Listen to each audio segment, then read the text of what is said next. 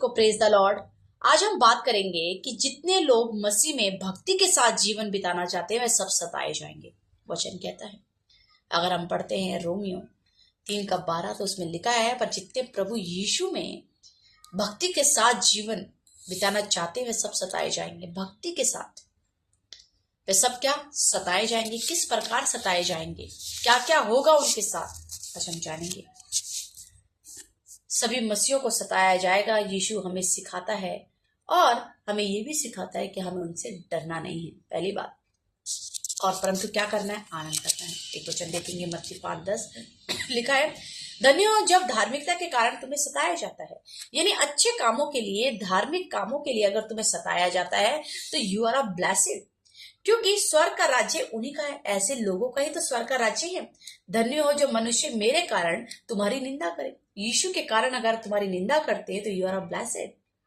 और सताए और झूठ बोलकर तुम्हारे विरुद्ध में सब प्रकार की बुरी बातें कहे, और बुरी बातें ही कही जाती है। जब यीशु को कोई इंसान मानता है तो उसके बारे में बुरी बातें की जाती है, वो भी झूठी बातें। तब तू क्या होना, आनंदित और मगन होना। लेकिन यीशु क्या कहता है, तू वहां रो मत कि तुझे लोग ऐसे बदनाम कर रहे हैं, तेरे बारे में झूठी झूठी बातें फैला रहे हैं, परंतु यीशु और तुम जानते हो, परमेश्वर जानता है कि तुम कैसे हो। तो इसलिए हमें डरना नहीं।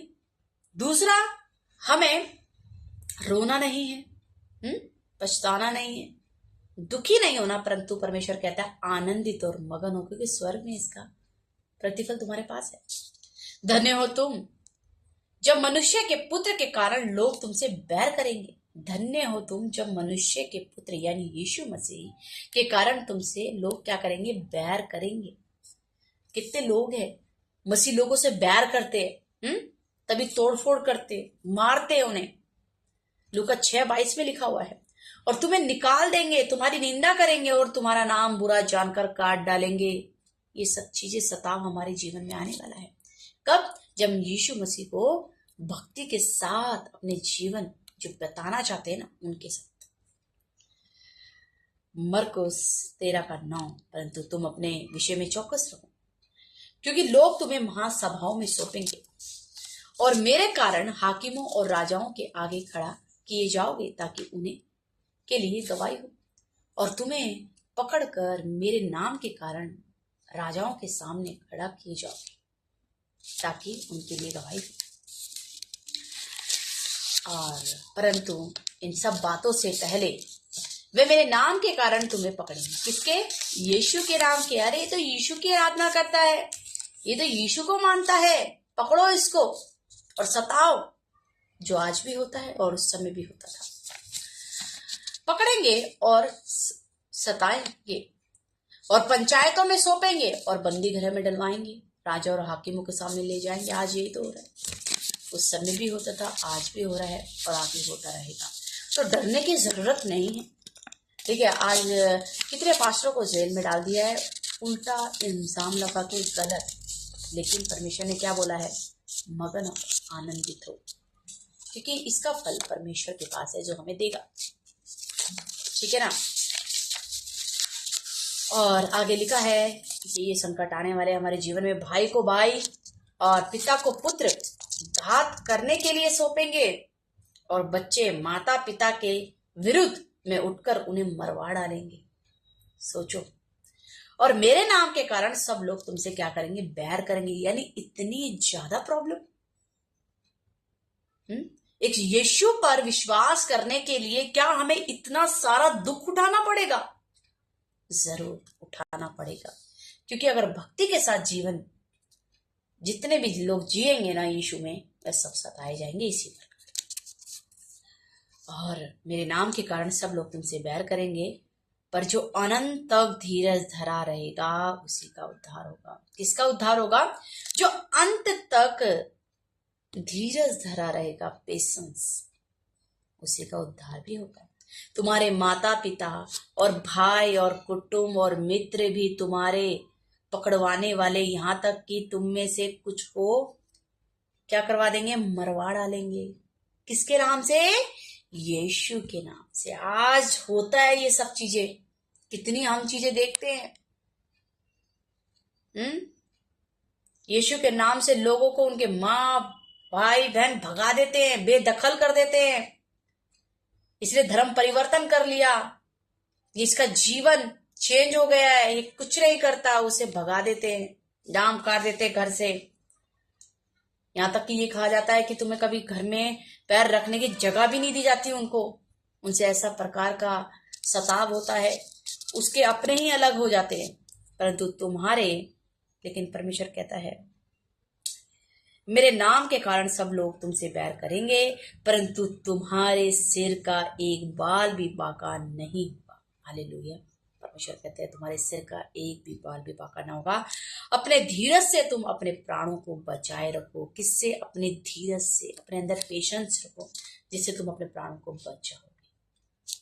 हालेलुया। देखिए मेरे भाई बहनों, इतनी ज्यादा प्रॉब्लम हमारे जीवन में आने वाली है। किनके जीवन में? जो भक्ति के साथ जीवन बिताते हैं मसीह में। तभी सब लोग हमारे विरुद्ध उठते हैं, जब हम भक्ति के साथ जीवन बिताते हैं। अगर हम खुले में बिता रहे हैं, जैसा संसार कर रहा है वैसे संसार यीशु का नाम ले रहे हैं और संसार में की तरह ही हम घुल मिल के कर रहे हैं, तो कुछ प्रॉब्लम नहीं, कोई तुम्हें सताएगा नहीं। लेकिन अगर तुमने यीशु पे विश्वास किया और भक्ति के साथ जब जीवन बिताते हो ना, तब इसी प्रकार तुम सताए जाओगे। ठीक है। और लेकिन यीशु मसीह कहता है कि जितने लोग भी हमें सताते हैं यीशु के नाम से, उन सब लोगों को शाप देने के लिए नहीं, परंतु आशीष देने के लिए कहा गया है।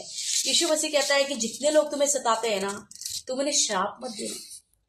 ये मत कहना कि हे प्रभु ये मेरे साथ कैसा करते हैं, तू न्याय कर। परंतु क्या बोला? देखते हैं, यीशु ने बोला है अपने सताने वालों को आशीष दो, परंतु शाप ना दो। क्या दो? आशीष। परमेश्वर इसकी आंखें खोले, परमेश्वर इसे क्षमा करे, परमेश्वर इसे ब्लेस करे, बुद्धि दे। अगर वो तुम्हें सताते हैं तो तुम्हें शाप नहीं देना, परंतु आशीष ही देनी है।